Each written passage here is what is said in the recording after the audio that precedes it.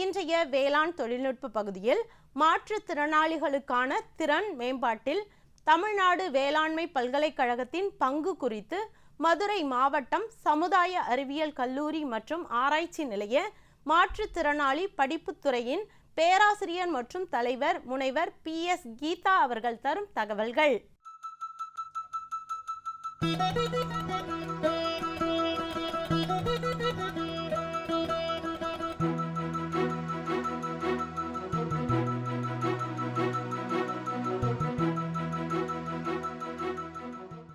நான் இன்று மாற்றுத்திறனாளிகளுக்கான பயிற்சி திட்டங்கள், மேம்பாட்டு திட்டங்கள் மற்றும் மனநலன் சம்பந்தப்பட்ட உணவுகள் பற்றி பேசவிருக்கிறேன்.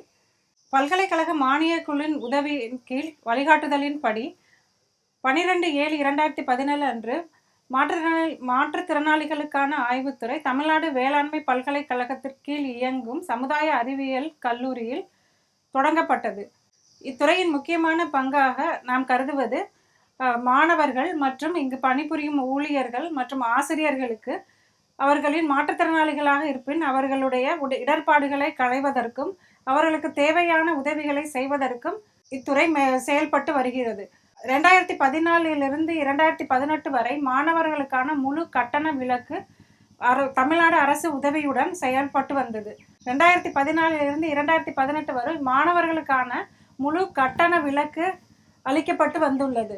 இத்துறையில் அடுத்த முக்கியமான பங்காக மாற்றுத்திறனாளிகளுக்கான பல திட்டங்கள் இயற்றப்பட்டு வந்துள்ளது. அத்திட்டத்தில் முக்கியமாக சமுதாய மேம்பாட்டு திட்டம் புதுடில்லி அமைப்பின் கீழ் வழங்கப்பட்ட சில திட்டங்களுடன் நம் பல்கலைக்கழகமும் இணைந்து மாற்றுத்திறனாளிகளுக்கு பல இலவச பயிற்சிகள் வழங்கப்பட்டது. முக்கியமாக பேக்கரி பயிற்சி, சித்திரப்பூ தையல், கூடை முடைதல், உலர்பூக்கள் தயாரித்தல், ஃப்ரெஷ் பூக்கள் இருந்து பொக்கே தயாரித்தல், வாழை நார் பயிற்சி மற்றும் இது போன்ற பல உணவு தொழில்நுட்பம், ஊறுகாய் செய்தல், ஜாம் ஜெல்லி செய்தல் போன்ற பலதரப்பட்ட பயிற்சிகள் இங்கு வழங்கப்பட்டது. ஒவ்வொரு பயிற்சியும் 30 நாட்களுக்கு வழங்கியது. ஒவ்வொரு பயிற்சி வகுப்பிலும் குறைந்தது 30 பேர் வரை சேர்த்து கொள்ளப்பட்டனர்.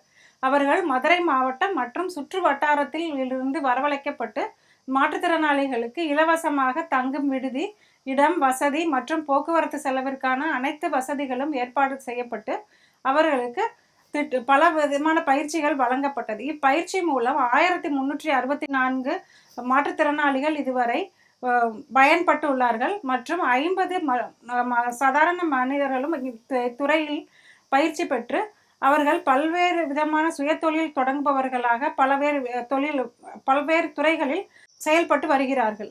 மற்றும் இத்துறைகளில் வேலைவாய்ப்பு முகாமும் நடத்தப்பட்டது. வேலை வாய்ப்பு முகாமில் குறைந்தது 900 பேர் வரை கலந்து கொண்டு அதில் 70 பேர் வரைக்கும் வேலை வாய்ப்புகள், மாற்றுத்திறனாளிகளுக்கு வேலை வாய்ப்புகள் வழங்கப்பட்டது.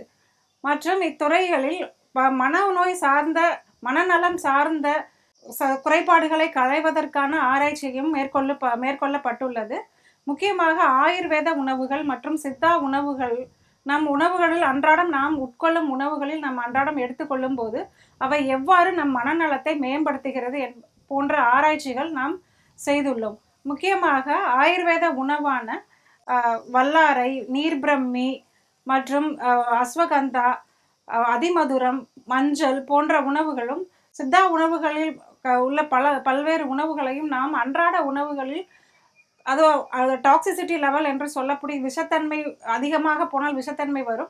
அது கரெக்டான மேக்சிமம் பெர்மிசபிள் லிமிட் என்று சொல்லக்கூடிய அளவிற்கு உணவுகளை நம் உணவுகளோடு கலந்து நாம் குழந்தைகளுக்கும் மற்றும் பிற வயதானவர்களுக்கும் நாம் தயாரித்து கொடுக்கும் பொழுது அவர்களுடைய மன அழுத்தம் மற்றும் கவனக்கற்றல் குறைபாடு போன்ற நோய்களை நம்ம எவ்வாறு நீக்கலாம் என்பது போன்ற சில மருத்துவ சார்ந்த உணவுகளை நாம் தயாரித்து அதில் எலிகள் மூலமும் ஆய்வு செய்யப்பட்டது.